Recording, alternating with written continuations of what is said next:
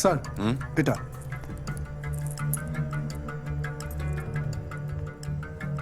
খোঁজ নাও, এটা কোন দোকান থেকে কেনা। Right sir. আমাকে ক্ষমা করে দাও পারি। আমি জানি আমি সব শেষ করে দিয়েছি,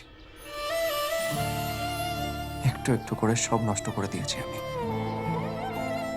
জীবনের খালি জায়গাটা তোমার ভালোবাসা দিয়ে ভরতে চেয়েছিলাম, কিন্তু সেটাও খারাপ করে দিয়েছি। আমাকে ভালোবাসার কেউ ছিল না পারি, তারপর তুমি এলে, ভালোবাসা দিলে, কিন্তু তোমাকে কি দিতে পেরেছি আমি? পেছনে ছেড়ে আসা অতীতের পাতাটাকেই বা পাল্টাবো কি করে? তোমার কাছে ক্ষমা চাওয়া ছাড়া আর অন্য কোনো উপায় নেই পারি। তোমার যা বলো তুমি বলো, যা শাস্তি দাও দাও, কিন্তু আমাকে ক্ষমা করে দাও। তুমি কেন ক্ষমা চাইছো আমের? তোমার তো কোনো দোষ নেই, তুমি তোমার অপরাধী নও। আজ আমার এই অবস্থা তোমার জন্য নয় আমের। তাও তোমার যদি মনে হয় আমি তোমায় ক্ষমা করে দিলে তুমি শান্তি পাবে, আমি তোমায় ক্ষমা করে দিলাম আমের। আমার আল্লাহ তোমায় ক্ষমা করে দিল।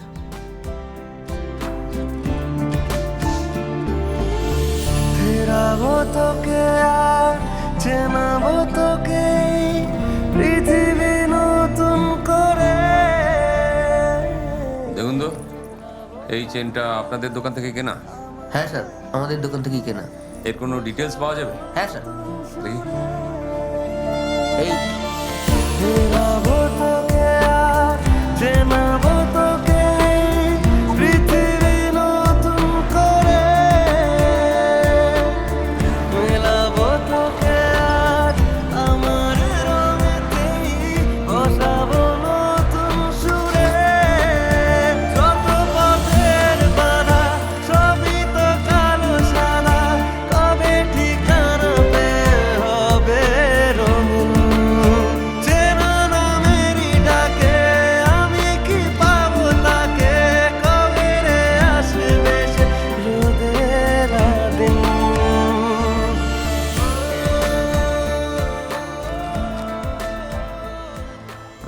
মনে হচ্ছে একে কোথাও দেখেছি। কোথায়?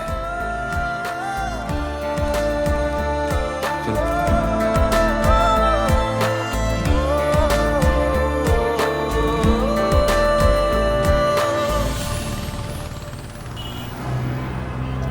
আমের নামাজ।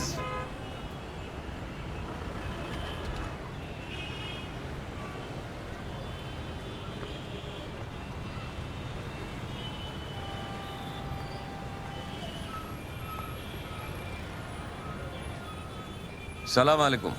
ওয়ালাইকুম সালাম। Pramod Rai, ACP crime branch, homicide section. হ্যাঁ স্যার বলুন। তোর সাথে 3টে মার্ডার হয়েছে। ওরা ড্রাগসের ধান্দা করতো। স্যার কিন্তু তার সাথে আমার না না, আপনাকে কিছু করতে হবে না। আপনি খালি বলুন আপনার স্ত্রী কোথায়। আমার স্ত্রী? কিন্তু স্যার আমার স্ত্রীর এইসবের সাথে আমরা সন্দেহ করছি এই মার্ডারগুলোর সাথে আপনার স্ত্রীর সম্পর্ক আছে। স্যার এটা আপনি কি করে বলতে পারেন? মানে আপনি আপনি এতটা শিওর?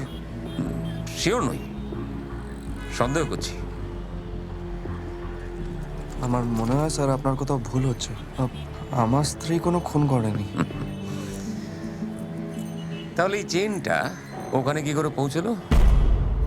এটা ওনারই তো। আমাদের কাছে এই চেনের ডিটেলস আছে। স্যার আসলে আমার স্ত্রী ড্রাগসের নেশায় ফেসে গেছে। হয়তো ড্রাগস নেওয়ার জন্যই ওখানে ও ও এখন রিহ্যাবে আছে স্যার। ওর ওর চিকিৎসা চলছে।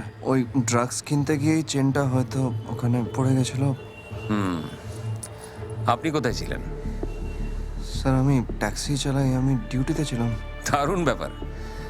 বউ ড্রাগস নেয়, হাজব্যান্ড ট্যাক্সি চালায়। আচ্ছা, আপনি ওকে এমনি একলা ছেড়ে দিতেন? স্যার একা না ছেড়ে উপায় আছে? সংসার চালানোর জন্য বাড়ির থেকে তো বাইরে যেতেই হবে। তাও তো ঠিক। কিন্তু বিল্ডিংয়ের লোকগুলো বলছিল যে একটা লোক ওকে সঙ্গে করে নিয়ে গেছিল। আপনি জানেন কে হতে পারে? না স্যার। ঠিক আছে, আপনি জানেন না তো কি করা যাবে। সরি, আপনাকে এই আল্লাহর জায়গায় ডিস্টার্ব করলাম। কি করব বলুন, সন্দেহের অভ্যেস ড্রাগসের মতোই, ছাড়তে পারছি না। লেটস গো, খুদা হাফিজ। খোদা হাফিজ।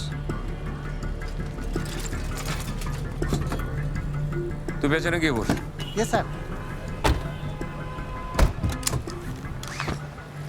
স্যার, আপনি তো ইনভেস্টিগেট করলেনই না। ইনভেস্টিগেট করবো তো। ওর বউ কি? কেন, মানে কেন? ওই তো আই উইটনেস, একমাত্র ওই জানে মার্ডারগুলো কে করেছে। অ্যান্ড আই এম শিওর এই সেই লোক যাকে আমি এতদিন ধরে খুঁজছি।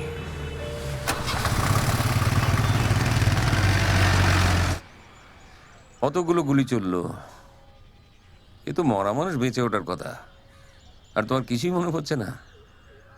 স্যার, মনে থাকলে বলে দিতাম। ওখান থেকে কে তোমায় বার করলো? মনে নেই। মুখটা মনে আছে? আমার মুখটা মনে আছে। 3-4 বার অ্যারেস্ট করেছিলাম আলাদা আলাদা জায়গা থেকে।